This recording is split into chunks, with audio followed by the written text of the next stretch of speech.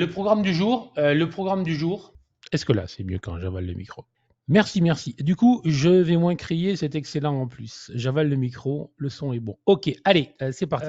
Une petite intro, comment est-ce qu'on élimine les principaux défauts? Ne plus rêver, mais agir. Et c'est pas juste un terme marketing, c'est parce que je vois beaucoup trop de traders qui sont vraiment sur un mode rêve et pas du tout sur un mode action. Donc, je vais essayer d'y revenir, là aussi, de manière précise et concise, et se fixer des objectifs crédibles et atteignables. Rebond sur ce qui est écrit dans mon dernier bouquin, mais j'avais aussi traité tout ça dans mes précédents livres de manière différente. Allez, on va commencer par l'intro. Alors, beaucoup de problématiques de trading viendraient non pas de la technique, non pas de la gestion du risque.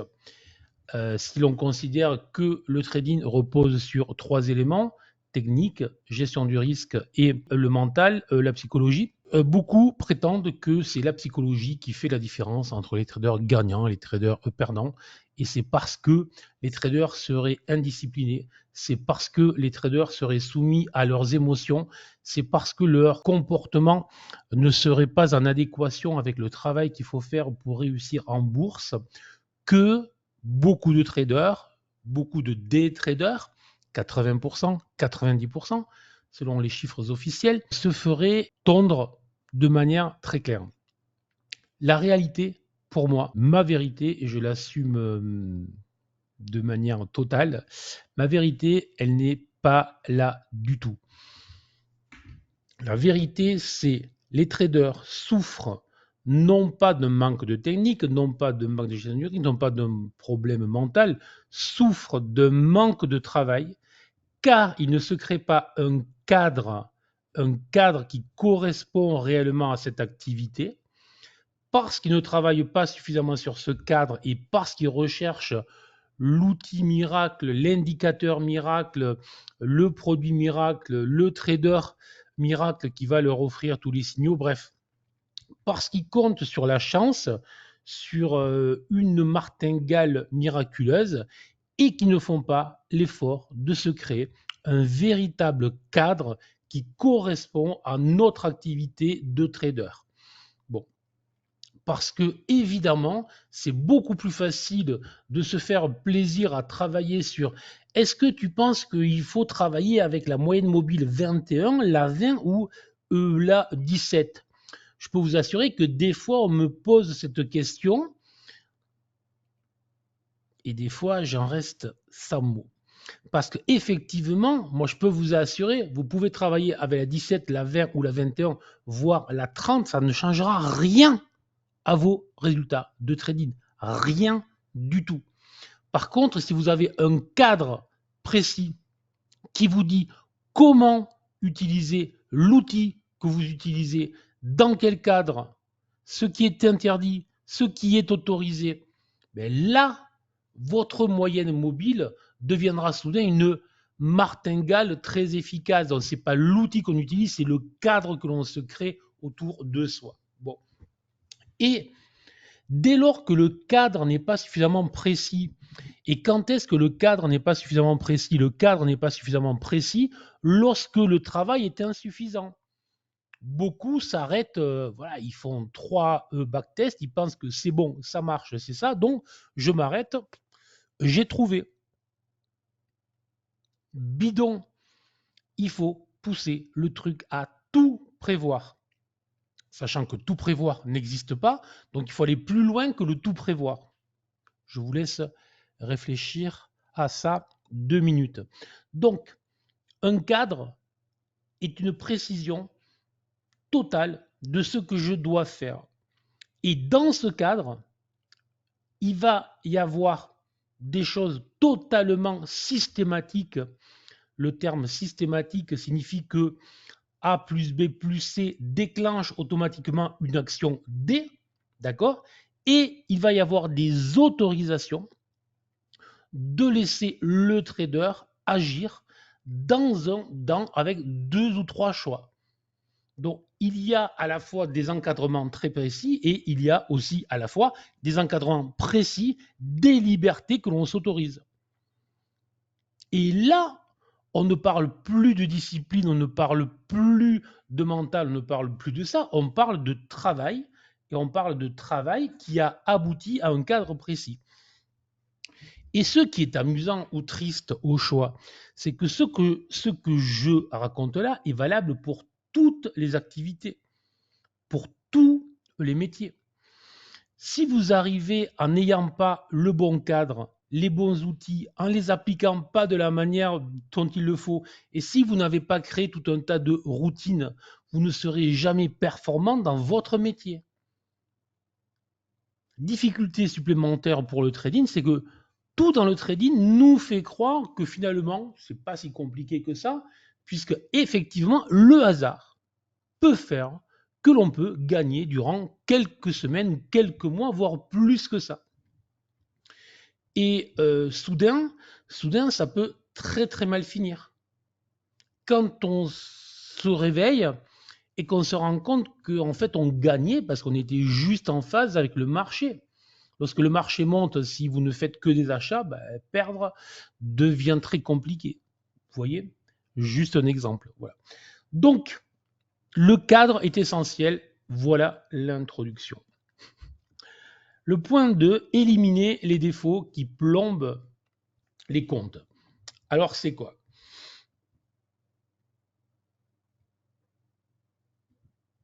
Premier défaut, pour moi, le défaut crucial, essentiel, c'est tout ce qui a trait à la gestion du risque et à la protection du capital, mais aussi, car là aussi, manque de travail. Je rencontre très peu, voire pas, ou pas du tout, de traders ou soi-disant traders qui te parlent des tailles d'exposition, qui te parlent de comment est-ce qu'ils travaillent une position. Parce qu'une position, ça se travaille. Un trade, c'est pas nécessairement je rentre quand le BSI court terme fait ça, je sors quand ça fait ça, etc. Ça peut être plus compliqué que ça. Ça peut tenir compte du contexte, ça peut tenir compte du contexte de ma courbe de trading, ça peut tenir compte du contexte du marché. Enfin bref, et tous ces éléments-là doivent être pris en compte dans le cadre. Donc on ne laisse rien au hasard, là aussi. Donc, encore une fois, gestion du risque, je pense que 90% des traders, lorsqu'ils entendent gestion du risque, entendent ouais, ok, il faut que je pose un stop, je le sais, mais moi, j'ai du mal à poser le stop. Ça, c'est une autre problématique qui se résout assez facilement.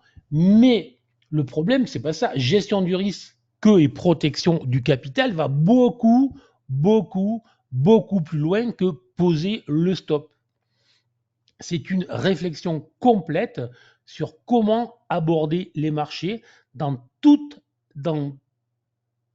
avec différentes tailles de position, différentes gestions de position en entrée, en sortie, etc. en fonction du contexte. Et tout ça, là aussi, je dois le prévoir. Si je ne le prévois pas, très étrangement, effectivement, là oui, les émotions vont prendre le dessus. Parce que si le cadre ne m'encadre pas, désolé, si le cadre ne m'encadre pas, ce sont mes émotions qui prennent le dessus, puisqu'il n'y a plus rien autour. Donc, les émotions ne prennent le dessus que s'il y a un manque de travail préalable. Donc, en gros, soyons clairs, si je suis un feignant. Voilà. Moi, j'aime dire les choses cash. Rappel, trader, on passe 90% de notre temps à faire autre chose que du trading. D'accord? Le trading, c'est le haut, la pointe de l'iceberg. Voilà.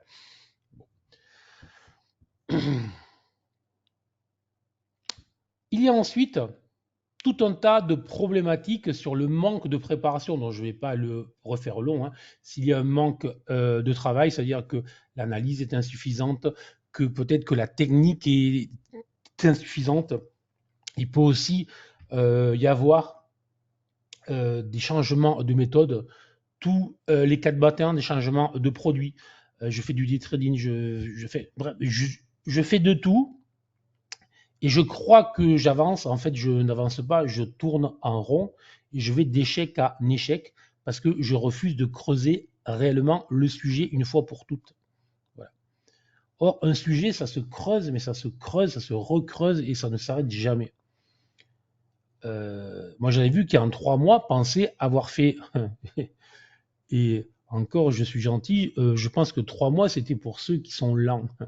Donc, des fois, à moins que ça, qui m'expliquait comment le day trading fonctionnait. Oui, il faut faire ça. Fais ce que tu veux, mon gars. Il n'y a pas de souci pour moi. Je veux dire, j'ai pas, je sais pas, voilà. Bon, donc ça, c'est essentiel. Alors, comment est-ce qu'on va là aussi éliminer la plupart de ces défauts? Donc, j'ai décidé que cette conférence mensuelle était placée sous le signe du rabat-joie, sachant que le rabat-joie, c'était moi. Donc, tout simplement par le travail, le cadre, le cadre. Jean, je me prépare des routines, je prévois tout, et si je fais ça, tout se passera bien. Bon.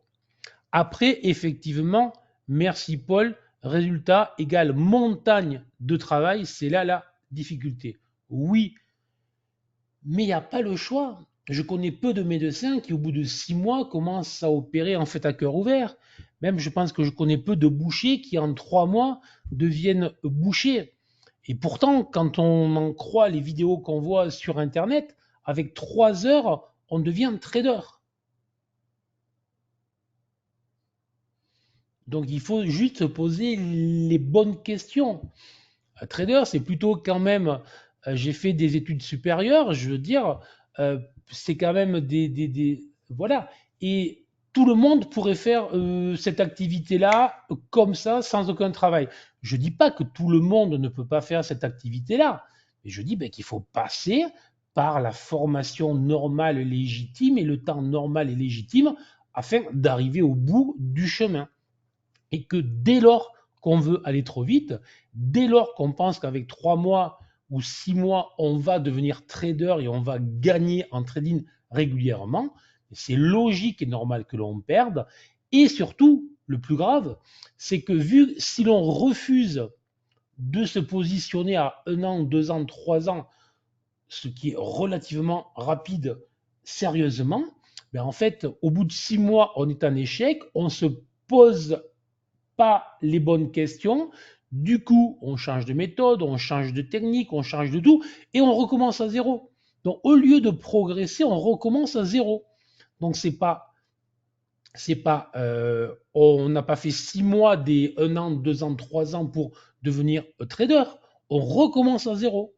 Donc, on a retardé de 6 mois son succès. Est-ce que vous comprenez quand je dis ça ou pas?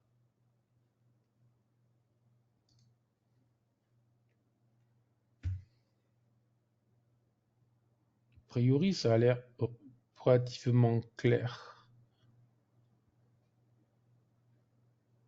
Oui, pour le plan de trading, exactement, c'est aussi une obligation. Ça fait partie de toutes les routines que l'on doit mettre en place. Mais là, je ne suis pas nécessairement dans le trading pur. On peut être aussi dans le swing trading, dans plein de choses, dans des choses plus larges que faire un plan le matin, etc. Bon. Donc ça, c'est essentiel. Le point 3, ne pas rêver. C'est vraiment en corrélation directe avec ce que je viens de vous raconter.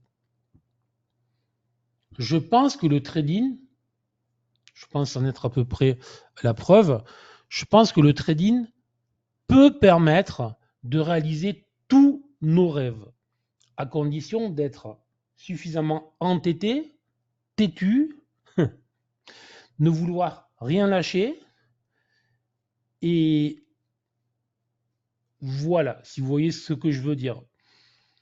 Bon. On peut avoir d'immenses rêves, d'immenses objectifs, mais si on ne se donne pas les moyens sérieux d'y arriver, il y a peu de chances que ça fonctionne. La réalité, c'est qu'il n'y a aucune chance que ça fonctionne. Donc, on y reviendra sur les objectifs, purement les objectifs. Mais ce que je veux dire par là, ne plus rêver, agir pour gagner, ça signifie qu'on peut avoir de grands objectifs, pas de souci pour le retard.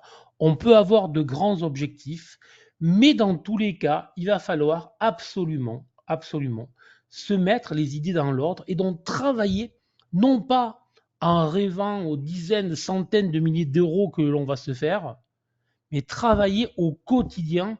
Comment est-ce que je crée ma petite routine? Comment est-ce que je m'encadre?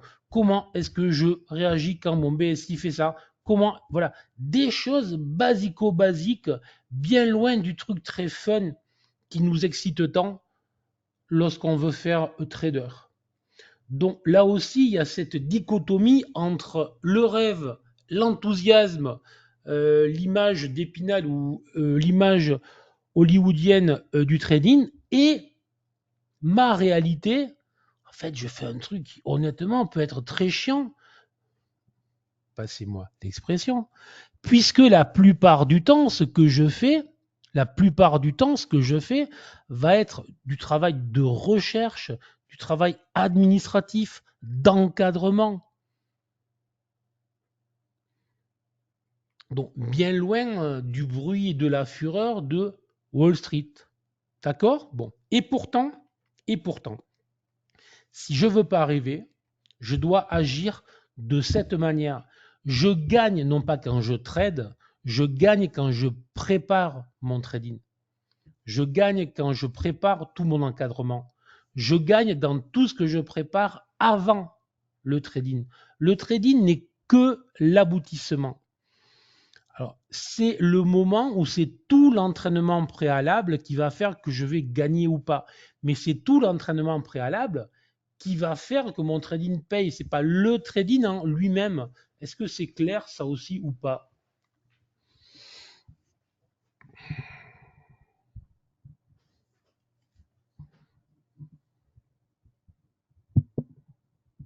Donc, si vous tradez trop souvent, vous passez votre temps à courir.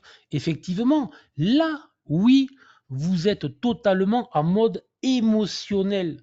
Et là, derrière, on va pouvoir vous vendre toutes les formations que vous voulez, toutes les formations que vous voulez pour faire du coaching de psychologie ou je ne sais quoi à la con. Et je suis gentil. Et celui qui est en face, en fait, il ne comprend rien au trading, mais en fait, il profite de mensonges total. En fait, c'est juste, encore une fois, on doit travailler dans le bon sens. Sinon, effectivement, mais et c'est pas parce que vous ferez je ne sais pas combien de séances d'hypnose, d'auto-hypnose ou je ne sais quoi, que vous allez devenir un bon trader. Tout ce travail autour de la psychologie, je dis bien, est pour moi une escroquerie totale. La réalité, c'est je travaille, je m'encadre, j'encadre une méthode qui paye parce qu'elle m'est adaptée, derrière je gagne, et là, une fois que j'ai un cadre, une gestion du risque qui paye, mon mental va faire la différence entre je suis un petit trader qui gagne un peu, je suis un moyen trader ou je suis un trader qui monte très fort en pression et qui supporte beaucoup de choses. Là oui, le mental fait la différence lorsqu'on est un trader gagnant, jamais lorsqu'on est un trader perdant. Je n'ai jamais connu un trader perdant que j'ai transformé gagnant en agissant sur son mental. Enfin, s'il avait des problèmes à ce niveau-là, des problèmes en fait en discipline, ce que vous voulez. Par contre, en agissant sur sa méthode, ses routines, son cadre, bizarrement, ces problèmes psychologiques disparaissent. Voilà. Donc, essentiel de ne pas rêver, d'agir pour gagner. Ça signifie quoi? De bien travailler, encore une fois, hein, sur le cadre, sur ce que l'on doit faire. Étape par étape, vous devez vous créer étape par étape tout ce que vous devez faire. Moi, quand j'arrive le matin, bon, après, j'ai un peu de métier, on va dire, mais je sais exactement tout ce que je dois faire. Enfin bref, tout devient instinctif parce qu'on a travaillé beaucoup. D'accord? Et effectivement, si en plus vous suivez YouTube, Telegram Co, alors là, c'est catastrophe. Et c'est d'autant plus catastrophique. Vous voulez un exemple? J'ai rencontré il y a quelques semaines, moi, avant l'été, quelqu'un qui suivait. Le mode, c'est sur Telegram. Ce sont des influenceurs, coachs de trading qui envoient des signaux, qui vous envoient sur des courtiers, on va dire, comment dire gentiment. C'est pas nécessairement des escrocs, mais ils en sont quand même relativement proches. Et en fait, à chaque fois que vous les suivez, que vous signez via leur lien, ils touchent un argent plus que sérieux. Bon. Et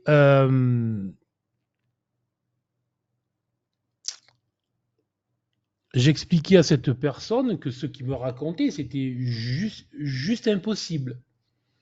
Ou alors qu'il avait effectivement en face de lui le meilleur trader de la Terre et que franchement, c'était un immense bol qu'il ait rencontré sur Telegram et que ce monsieur avec une telle localité se contente de travailler avec un courtier dans les îles Vierges. Vous voyez, c'est quand même assez bizarre. Bon. Et pourtant, je le connais, il me connaît, il ne m'a pas cru jusqu'à ce que le truc il explose. Voilà. Donc il a mis des sous, il a mis du fric, pas mal, parce que ça marchait jusqu'au moment où le truc il explose. Voilà. Donc il y a toujours cette idée, et c'est quelqu'un de sérieux, c'est pas un gamin de 25 ans, c'est quelqu'un de sérieux qui a réussi, qui a des moyens, qui a laissé sur la table quand même une somme plus que conséquente. Euh, Parce qu'il n'écoute pas et parce qu'il s'en moque en fait. Voilà. Donc il y a toujours cet attrait de ceux qui brillent en fait, et c'est souvent difficile de faire comprendre lorsqu'on est sérieux et qu'en face tu as un truc qui brille, les gens vont aller beaucoup plus vers ce qui brille. À titre personnel, ça ne me gêne pas. Par contre, ça m'attriste beaucoup pour tout ce qui font. Ça m'attriste beaucoup pour tous ceux qui se font rouler sur ça. Voilà, c'est tout. Allez. Donc ça, c'est crucial. Ensuite, les objectifs. Là aussi, alors ça, je le traite pas mal avec les objectifs SMART, etc. dans mon dernier livre. Mais là, je vais revenir dans quelque chose dont je parlais dans mon premier bouquin, des objectifs court terme, des objectifs long terme. Parce que c'est vraiment en phase avec la thématique du jour. Donc les objectifs court terme, on va commencer par les objectifs long terme, histoire de voir un peu les yeux brillants.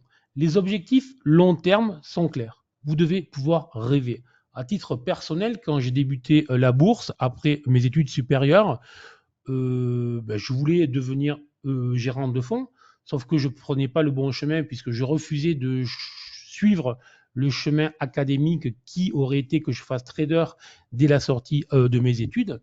Je voulais comprendre le fonctionnement de la bourse et j'avais certainement un ego suffisamment surdimensionné et un peu tordu du cerveau pour croire que en suivant mon petit bonhomme de chemin, je réussirais à me faire remarquer pour réussir à devenir gérant de fonds. Mais c'était mon objectif, même si vraiment je me liais les mains, mais je voulais vraiment comprendre la bourse, les prix. Un. Et deux, comme j'aime écrire, je me disais que ça serait super cool si en plus je pouvais faire des livres de bourse. Après quelques années, force est de constater que tous les objectifs que je m'étais fixés, je les ai cochés les uns après les autres. Mais ça, c'était franchement des objectifs qui, quand je me les étais fixés, il fallait que je sois fou pour me dire qu'un jour je réussirais. Pourtant, pour réussir et pour gagner en bourse, je vais vous demander là de vous fixer des objectifs qui semblent fous. Donc après, c'est chacun, hein, donc c'est pas, voilà, c'est en fonction de votre profil, de votre âge, de votre ambition, mais il faut aller beaucoup plus loin ou alors au maximum de ce que vous pensez pouvoir réaliser, voire plus haut. Parce que, parce que le but du jeu de ces objectifs un peu fous, c'est un objectif clair. L'objectif a un objectif, a pour ambition que tous les matins quand je me lève, et que tous les matins quand je me lève, je me dis tu vas devoir répéter ta routine bête, tu vas devoir travailler, tu vas passer plusieurs heures à travailler ton cadre, à travailler tes méthodes et à regarder le truc et à attendre et à patienter, et etc. Qu'il y ait quelque chose qui me fasse supporter justement le fait que le quotidien n'est pas aussi amusant que ce que l'on croit lorsqu'on démarre le trading. Le fait que le trading, ce n'est pas du jeu. À aucun moment en trading, je joue. En trading, j'attends, je patiente, je filtre, j'analyse. Et à un moment, enfin, j'y vais. Donc, si je n'ai pas des objectifs totalement démesurés, totalement dingos, qui me disent, OK, mais au bout, tes efforts vont payer et tu auras ce que tu veux. Donc, il faut bien se créer ces deux types d'objectifs. Un objectif de long terme, le long terme que vous voulez vous, mais j'ai pas là, c'est vous qui vous le fixez, et un objectif de court terme, j'y viens, qui lui va être dans la pratique non amusante, non glorieuse du travail du quotidien et dans l'application du quantitatif. Hop, ça c'est ce qu'il ne fallait pas dire. Et dans l'application du qualitatif et du refus du quantitatif, autrement dit, le résultat, je m'en cogne totalement. Par contre, je m'intéresse à la manière d'être, à la manière de faire, à la manière d'agir. Et si je me fixe tout ça, là, si je suis tout ce que je fais, ou si vous suivez en l'occurrence tous les points qu'on a vus ce jour, franchement, votre trading change. Est-ce que vous comprenez ou pas? Quand tu parles d'objectifs long terme, quelle serait ta durée de projection? Ben, je te dis, là, c'est libre. Je veux dire, un objectif long terme qui est colossal. Donc, ça pourrait être, dans ton cas, bon, voilà, tu vois, tu peux pas après mais faire des trucs qui te semblent fous. Exactement, voilà.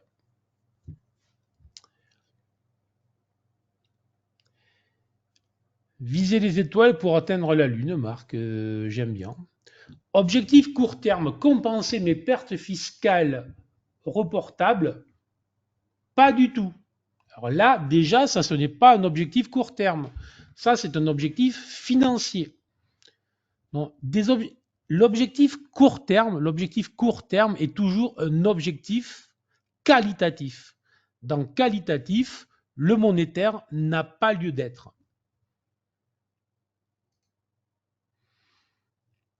Dites-vous une fois pour toutes qu'en bourse, les gains ne viennent pas avec l'envie de faire des gains, comme dirait l'autre, mais viennent avec la manière dont vous faites votre travail. Et je répète, dans tout le travail de préparation. Voilà. Et lorsqu'on trade, ce n'est que l'exécution du travail de préparation. Là aussi, 90% des traders qui perdent pensent que le trading, enfin, que l'activité de trader, c'est trader. L'activité de trader, c'est préparer le trading. Et ensuite, on applique tout le travail. Petite nuance ou grosse nuance au choix. L'objectif est de faire de bons trades de manière régulière et pas de gagner de l'argent sur la prochaine position. Alors ça, c'est la base. Ça, c'est vraiment la base. Arriver à bien maîtriser une stratégie est un objectif de court terme, exactement. Exactement. Mais bien maîtriser une stratégie, c'est bien maîtriser tous les paramètres. Mais ça, c'est exactement un objectif de court terme. On est bien dans le qualitatif. On n'est pas du tout, dans le quantitatif.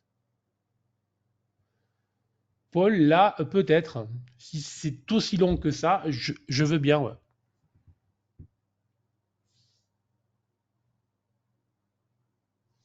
Voilà. Des questions ou pas?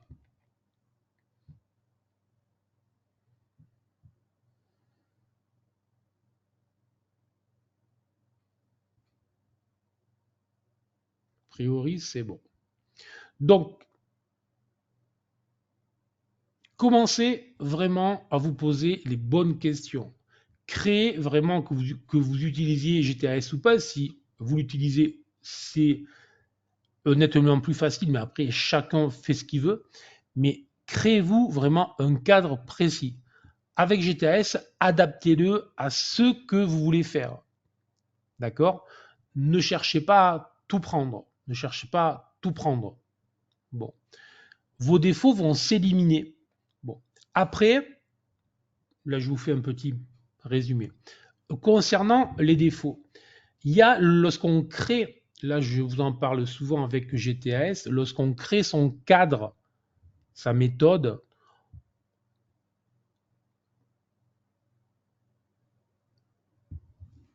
typiquement, je vais prendre un exemple pour que vous compreniez, j'espère. Vous avez des traders qui vont trop trader. Vous en avez à l'inverse, j'en ai connu, qui tombent tellement amoureux du backtesting qui ne tradent plus ou très peu.